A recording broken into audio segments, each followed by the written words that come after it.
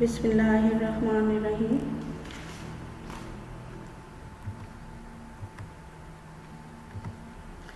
لا الہ الا انت سبحانک انی کنت من الظالمین۔ السلام علیکم عزیز طلباء و طالبات جماعت ناہم، آپ کا کیا حال ہے؟ میں امید کرتی ہوں آپ خیریت سے ہوں گے۔ آج کا ہمارا لیکچر بہادر شاہ ظفر کی غزل سے ہے، غزل نمبر 4۔ اور جس طرح کہ ہم نے پچھلے لیکچر میں بہادر شاہ ظفر کی غزل کے پہلے 2 اشعار کی وضاحت کی تھی، میں امید کرتی ہوں کہ وہ آپ کو سمجھ میں آئی ہوگی اور آپ نے وہ تشریح یاد کر لی ہوگی۔ تو آج ہم بہادر شاہ ظفر کی غزل کے شعر نمبر 3، 4، 5 اور 6 کی وضاحت کریں گے۔ جیسے کہ غزل میں بہادر شاہ ظفر کی غزل کا پہلا شعر ہے، لگتا نہیں ہے دل میرا اجلے دیار میں، کس کی بنی ہے عالم ناپائیدار میں، عمر دراز مانگ کے لائے تھے 4 دن، 2 آرزو میں کٹ گئے 2 انتظار میں۔ ان دونوں اشعار کی تشریح اور وضاحت ہو چکی ہے۔ آج ہم شعر نمبر 3 کی وضاحت سنتے ہیں۔ بلبل کو باغباں سے نہ صیاد سے گلا، قسمت میں قید لکھی تھی فصل بہار میں۔ تو جس طرح سے تشریح کا طریقہ میں نے آپ کو بتایا ہے، پہلے آپ لوگ جز لکھ لیں گے یا اگر آپ کے پاس ٹائم ہے تو آپ شعر لکھ لیں گے۔ اس کے بعد آپ نے حوالہ متن دینا ہے۔ حوالہ متن میں غزل نمبر 4 اور شاعر کا نام بہادر شاہ ظفر۔ پھر اس کے بعد آپ نے نثری مفہوم کی ہیڈنگ بھی دینی ہے۔ چاہے تو آپ حوالہ شاعر یعنی تعارف شاعر، تھوڑا سا آپ اس کا جو مختصر تعارف پیش کرنا ہے نا شاعر کا، پہلے آپ وہ دے دیں اور بالکل مختصر دینا ہے کہ بہادر شاہ ظفر خاندان بولیا کے آخری تاجدار تھے، انہوں نے شاعرانہ طبیعت پائی، اور اسی طرح سے بہادر شاہ ظفر کے کلیات میں 30,000 سے زائد اشعار ہیں اور ان کی پہچان غزل سے ہے۔ بس یہ مختصر تعارف دے کے پھر اس کے بعد آپ نے نثری مفہوم تحریر کر دینا ہے۔ اور اس میں نثری مفہوم ہے، بلبل کو باغباں سے نہ شکاری سے گلہ ہے، شکایت ہے، کیونکہ ان کی قسمت میں بہار کے موسم میں قید ہونا لکھا تھا۔ اس کے بعد ہم تشریح کی ہیڈنگ دیں گے۔ تو جیسا کہ یہ شعر لکھا ہوا ہے، اس میں استعارات پائے گئے ہیں، یعنی بلبل، سب سے پہلے بلبل کا لفظ لکھا گیا ہے۔ آپ اس کی وضاحت کریں گے کہ شاعر نے بلبل کس کو کہا ہے۔ تو شاعر نے بلبل سے مراد خود کو لیا ہے، یعنی اپنے لیے بلبل کا استعارہ استعمال کیا ہے۔ باغباں یعنی باغ کے رکھوالے۔ تو یہ باغ کے رکھوالے کون تھے؟ یہ بہادر شاہ ظفر کے دوست تھے جو وطن کی ترقی میں ان کے ساتھ مل کر ملک کے لیے کام کر رہے تھے۔ اور پھر سیاد سے کیا مراد ہے؟ شکاری، یعنی مراد انگریز جنہوں نے بادشاہت چھین لی تھی، یعنی یا بہادر شاہ ظفر کی بادشاہت کا تختہ الٹ دیا تھا۔ تو اور قسمت میں قید لکھی تھی فصل بہار۔ تو فصل بہار کا استعارہ جو ہے، ویسے تو اس سے مراد بہار کا موسم ہے اور اس کو ہم مرکب اضافی کے طور پر بھی لیتے ہیں، اور بہار کا موسم جو ہے وہ یہاں پر بادشاہ کی بادشاہت کے لیے، بادشاہت کے زمانے کے لیے استعمال کیا گیا ہے کہ جب بادشاہ کو بادشاہت ملی تو اس وقت وہ ان کے لیے بہار کا موسم تھا، یعنی وہ اس میں اپنے سارے اثر و رسوخ استعمال کر سکتے تھے، اپنے وطن کے لیے بہت سارے کام کر سکتے تھے، اپنا حکم چلا سکتے تھے، یعنی یہ ان کی زندگی کا اچھا زمانہ تھا، اچھا دور تھا۔ تو اس لیے اسے فصل بہار سے تشبیہ دی گئی ہے، فصل بہار کا استعارہ استعمال کیا گیا ہے۔ تو اس شعر میں 2 معنی پائے جاتے ہیں، ایک شعر کا ظاہری معنی اور دوسرا حقیقی معنی۔ ظاہری معنی سے یہ مراد ہے کہ جب ایک بلبل پنجرے میں قید ہو جاتی ہے تو اس کو یہ قید ناگوار گزرتی ہے اور وہ پھڑپھڑا کر اس قید پر اپنی ناگواری کا اظہار کرتی ہے، گویا کہ وہ شکوہ اور شکایت کر رہی ہوتی ہے۔ اور بہادر شاہ ظفر کے مطابق بھی ایک بلبل،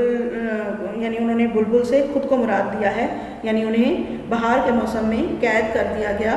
اور لیکن بہادر شاہ ظفر کہتے ہیں کہ وہ قید ان کی قسمت میں لکھی ہوئی تھی کہ انہیں نہ ہی اپنے ساتھیوں سے کوئی گلہ ہے اور نہ ہی انگریزوں سے کوئی گلہ ہے، کیونکہ وہ گلہ کرنے کا کوئی فائدہ نہیں تھا۔ تو یہ قید ان کی قسمت میں لکھی گئی تھی۔ تو اس سے ریلیٹڈ ہم شعر لکھتے ہیں کہ کب تلک چاکے کفس سے جھانکیے،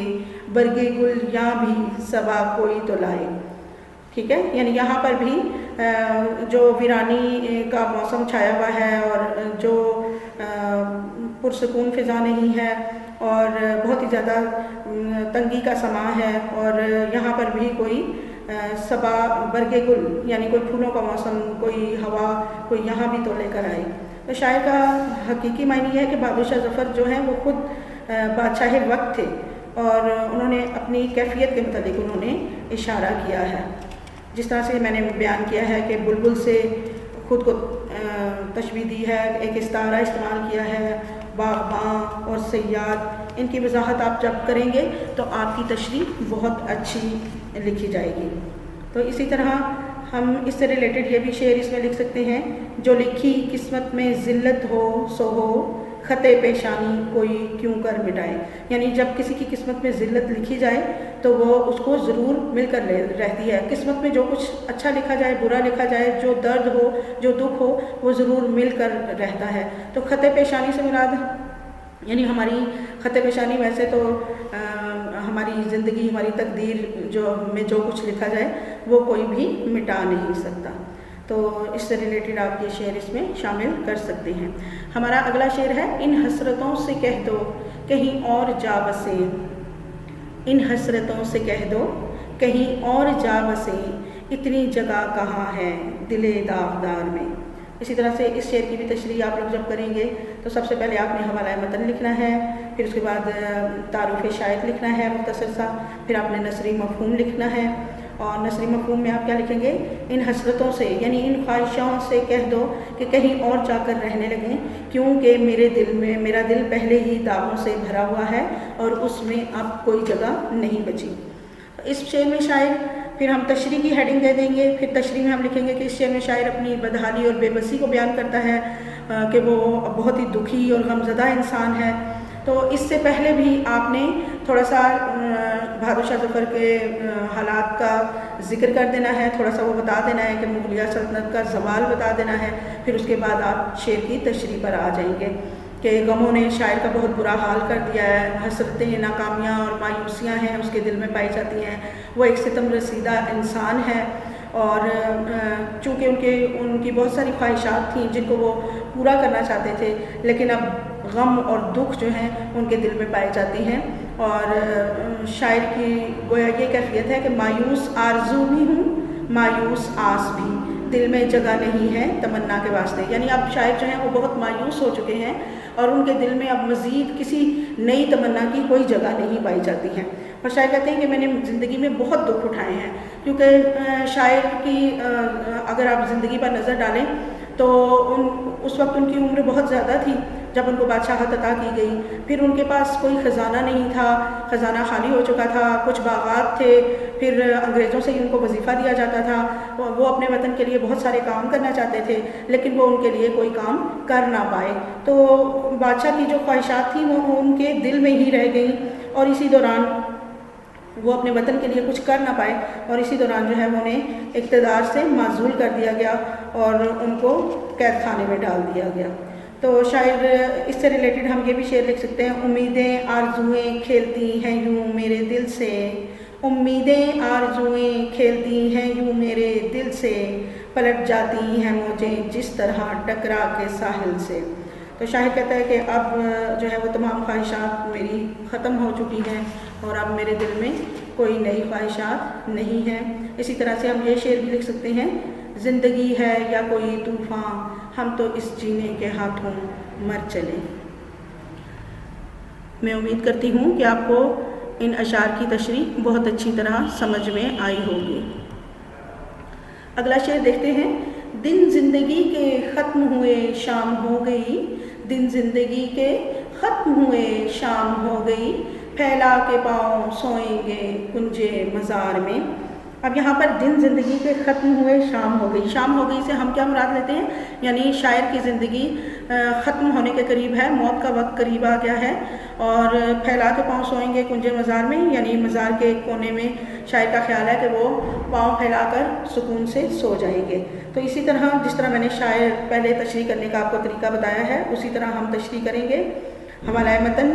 حوالہ شاعر یا تعارف شاعر، مختصر بالکل، پھر نثری مفہوم۔ نثری مفہوم میں ہم لکھیں گے زندگی میں خوشیوں کے دن ختم ہو گئے ہیں، موت کی خاموشی چھانے لگی ہے، اور اب ہم اپنے مزار کے کونے میں آرام سکون سے سوئیں گے۔ پھر اس کے بعد ہم تشریح کی ہیڈنگ دیں گے۔ تو اس شعر میں شاعر کہتے ہیں کہ شاعر اب بہت ہی پہلے ہم تھوڑا سا ان کا حال احوال جو مغلیہ خاندان والا ہے وہ پیراگراف ہم یہاں پر شروع میں لکھیں گے کہ مغلیہ خاندان میں ان کا تعلق جو ہے وہ آخری مغل حکمران تھے، اور مغلیہ دور جو ہے وہ اپنی آخری سانسیں لے رہا تھا، شاہی فرد ہونے کے ساتھ ساتھ شاعرانہ طبیعت پائی گئی تھی۔ تو یہ اس کو آپ نے بڑے اچھے طریقے سے یاد کر لینا ہے، کیونکہ آپ نے جو بھی شعر آ جاتا ہے، پہلا آ جاتا ہے، تیسرا آ جاتا ہے، آخری شعر آ جاتا ہے، تو اس شعر کی تشریح سے پہلے آپ نے تھوڑا سا حوالہ شاعر کے دور کا، شاعر کے بارے میں وہ تھوڑا سا حوالہ آپ نے دینا ہے، اور اس کے بعد آپ اپنے اصل موضوع پر، اصل تشریح پر آ جائیں گے۔ تو اس شعر میں شاعر کہتے ہیں کہ انہیں اپنی زندگی میں بہت دکھ اور غم ملے ہیں، اور وہ بہت دل برداشتہ ہو گئے ہیں جس کی وجہ سے، اور ان کی زندگی بہت مصیبتوں میں گزری ہے، اور ان کی بہت ساری خواہشات بھی پوری نہیں ہو سکیں۔ تو وہ کہتے ہیں کہ اب میری زندگی کا جو مقصد تھا وہ ختم ہوتا جا رہا ہے، اب مجھے یوں لگتا ہے کہ میری زندگی کے دن ختم ہونے والے ہیں اور میرے مرنے کا وقت قریب آ گیا ہے۔ تو شاعر کہتے ہیں کہ میں تو اس موت کا شکر گزار ہوں کہ میں اطمینان اور سکون سے اپنے مزار میں آرام کر لوں گا۔ اور کیونکہ آپ دیکھیں کہ آپ شاعر کی زندگی پر ایک نظر ڈالیں کہ شاعر کی زندگی جو ہے وہ بہت ہی مصیبتوں میں گزری تھی۔ انہیں جب نیلسن ڈیوڈ یہاں سے لے کر جب انہیں وصول کیا تھا بندرگاہ پر، تو پھر انہیں کسی قید خانے میں نہیں ڈالا تھا، بلکہ وہ انہیں اپنے گھر میں لے آئے تھے، اور گھر کے ایک حصے میں انہیں محصور کر دیا گیا تھا، اور جہاں پر کوئی کھڑکی بھی نہیں تھی، ایک قید خانہ ٹائپ جگہ تھی وہ، جہاں پر انہیں رکھا ہوا تھا، اور ان کے کھانے پینے کا خاص خیال نہیں رکھا جاتا تھا، ان کا پانی کئی دن تک تبدیل نہیں کیا جاتا تھا، ان کو اچھی قسم کا کھانا نہیں دیا جاتا تھا، ایون کہ یہاں ان کو کاغذ اور قلم بھی میسر نہ تھا۔ تو انہوں نے یہ جو غزل لکھی ہے یہ ان کی اس جگہ پر، ان کی دیوار پر یہ لکھی ہوئی پائی گئی تھی۔ کہا جاتا ہے کہ یہ غزل ان کی دیوار پر لکھی ہوئی تھی۔ تو شاعر کی تمام حسرتیں ختم ہو چکی تھیں، اور شاعر بہت دل برداشتہ ہو گئے تھے، اور شام کا جو لفظ یہاں پر استعمال کیا گیا ہے کہ تاریکی چھا جاتی ہے، ہر طرف سکون ہو جاتا ہے، خاموشی ہو جاتی ہے، اور زندگی کے خاتمے سے اس کو تشبیہ دی گئی ہے۔ تو شاعر کہتے ہیں کہ شاید ہو سکتا ہے کہ مجھے بھی غموں سے اور دکھوں سے نجات مل جائے، اور میں بھی شاید سکون کی زندگی پا سکوں اپنی قبر میں۔ تو یہاں پر اس سے ریلیٹڈ شعر جو ہے وہ قید حیات و غم، قید حیات و غم اصل میں دونوں ایک ہیں، موت سے پہلے آدمی غم سے نجات پائے کیوں گر، یعنی کہ جب موت آئے گی تو تب ہی انسان غم سے نجات پا سکتا ہے۔ تو شاعر کو اپنی یہ تنہائی کے دن جو تھے وہ بہت زیادہ یاد آتے تھے، وہ اپنے ہم وطنوں کو یاد کرتے تھے، اپنے وطن کو یاد کرتے تھے، اور اب بہت دل برداشتہ ہو چکے تھے۔ تو اس میں شاید اس سے ریلیٹڈ ہم یہ شعر بھی لکھ سکتے ہیں، اب تو گھبرا کے یہ کہتے ہیں کہ مر جائیں گے، اب تو گھبرا کے یہ کہتے ہیں کہ مر جائیں گے، مر کے بھی چین نہ پایا تو کدھر جائیں گے۔ اسی طرح دل کو سکون، روح کو آرام آ گیا، موت آ گئی کہ دوست کا پیغام آ گیا۔ یہ شعر ہم اس سے ریلیٹڈ جو ہے وہ اس تشریح میں لکھ سکتے ہیں۔ اسی طرح ایک اور شعر ہے، منحسر مرنے پہ ہو جس کی امید، نا امیدی اس کی دیکھا چاہیے۔ اگلا شعر دیکھتے ہیں، کتنا ہے بد نصیب ظفر دفن کے لیے، 2 گز زمیں بھی نہ ملی کوئے یار میں۔ اب یہ شعر ہماری غزل کا مقطع کہلاتا ہے، اور اس شعر میں شاعر نے بہادر شاہ ظفر نے اپنا تخلص استعمال کیا ہے۔ ظفر تخلص وہ مختصر نام ہوتا ہے جو شاعر اپنے اصل نام کی بجائے استعمال کرتا ہے۔ تو اس میں شاعر یہ بتاتے ہیں کہ جس طرح سے جو تشریح کا طریقہ ہے وہ میں نے آپ کو بتا رکھا ہے پہلے سے، آپ نے اسی طریقے سے حوالہ متن تحریر کرنا ہے، تعارف شاعر تحریر کرنا ہے، پھر نثری مفہوم اس میں جو بتایا گیا ہے اس کی میں وضاحت کر دوں تھوڑی سی، کہ اس شعر میں شاعر کہتا ہے کہ میں کتنا بد نصیب ہوں کہ مجھے اپنے محبوب وطن کی گلی میں 2 گز زمین بھی نہ مل سکی۔ پھر اس کے بعد آپ نے تشریح کی ہیڈنگ دینی ہے، اور بہادر شاہ ظفر اس شعر میں اپنی زندگی کے اختتام اور انجام کا ایسا خیالی مرقع پیش کرتے ہیں جو بعد میں بالکل درست ثابت ہوا۔ یعنی اس شعر کو ہم الہامی شعر بھی کہہ سکتے ہیں، اور شاعر نے اپنی بد نصیبی پر دکھ اور غم کا اظہار کیا ہے۔ وہ کہتے ہیں کہ میں بہت بد نصیب ہوں کہ مجھے اپنے وطن میں 2 گز زمین بھی نہ مل سکی۔ 2 گز زمین کا استعارہ قبر کے لیے استعمال کیا گیا ہے، اور کوئے یار یعنی محبوب وطن کی گلی۔ تو شاعر نے انگریزوں سے یہ درخواست کی تھی کہ انہیں مرنے کے بعد اپنے وطن میں دفن کیا جائے، لیکن انگریزوں نے ان کی یہ درخواست نہ مانی اور ان کو رنگون میں ہی دفن کیا گیا تھا، جو ان کی بلکہ جہاں پر انہیں قید کیا گیا تھا تو ان کی تھوڑی سی موت کے وقت کے میں حالات آپ کے سامنے بیان کرنا چاہوں گی کہ جہاں پر انہیں بہادر شاہ ظفر کو قید کیا گیا تھا وہاں پر بہت ہی بدبو تھی، موت کا سکوت چھایا ہوا تھا۔ آدھا بستر ان کا موت کے وقت فرش پر تھا اور آدھا نیچے تھا، اسی طرح سے گردن ان کی ڈھلکی ہوئی تھی، مکھیاں بن بنا رہی تھیں اور چہرے پر بہت بے چارگی تھی۔ جب وہاں پر غلام نے دیکھا کہ بہادر شاہ ظفر جو ہیں وہ آخری دم پر ہیں تو وہ بھاگ کر گئے اور انگریز کیپٹن ڈیوڈ کو بلا کر لے کے آئے، تو ڈیوڈ نے آ کر یہ سارا حال دیکھا کہ ان کے چہرے پر ایک آزاد سانس کی التجا نظر آتی تھی، اور وہاں پر 2 لواحقین تھے، حافظ محمد ابراہیم اور ایک شہزادہ جمع بخت تھا، جن کے حوالے ان کو کیا گیا۔ انہوں نے ان کو نہلایا دھلایا، کفن پہنایا، نماز جنازہ پڑھائی، اور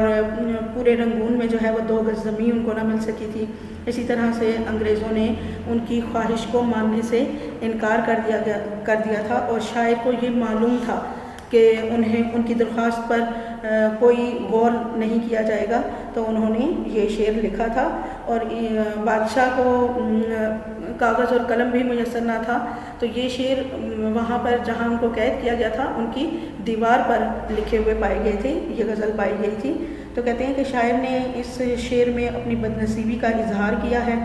کہ میں بہت ہی بد نصیب ہوں اور مجھے اپنے وطن میں دفن ہونے کے لیے جگہ نہیں ملی، اور مجھے وطن سے دور پردیس میں ہی دفن ہونا پڑا۔ تو میں امید کرتی ہوں کہ آپ کو یہ ان اشعار کی تشریح سمجھ میں آ گئی ہوگی، اور آپ کو یہ نوٹس میں دے دی گئی ہے، فراہم کر دی گئی ہے۔ آپ نے یہ بڑے اچھے طریقے سے یاد کرنی ہے، اور اس کا کوئی بھی شعر اتنے اچھے طریقے سے یاد کرنی ہے کہ کوئی بھی شعر آ جائے تو آپ اس کو ایکسپلین کر سکتے ہوں، آپ اس کو لکھ سکتے ہوں۔ اجازت چاہوں گی۔ اللہ حافظ، اللہ آپ کا حامی و ناصر ہو۔ السلام علیکم ورحمۃ اللہ وبرکاتہ۔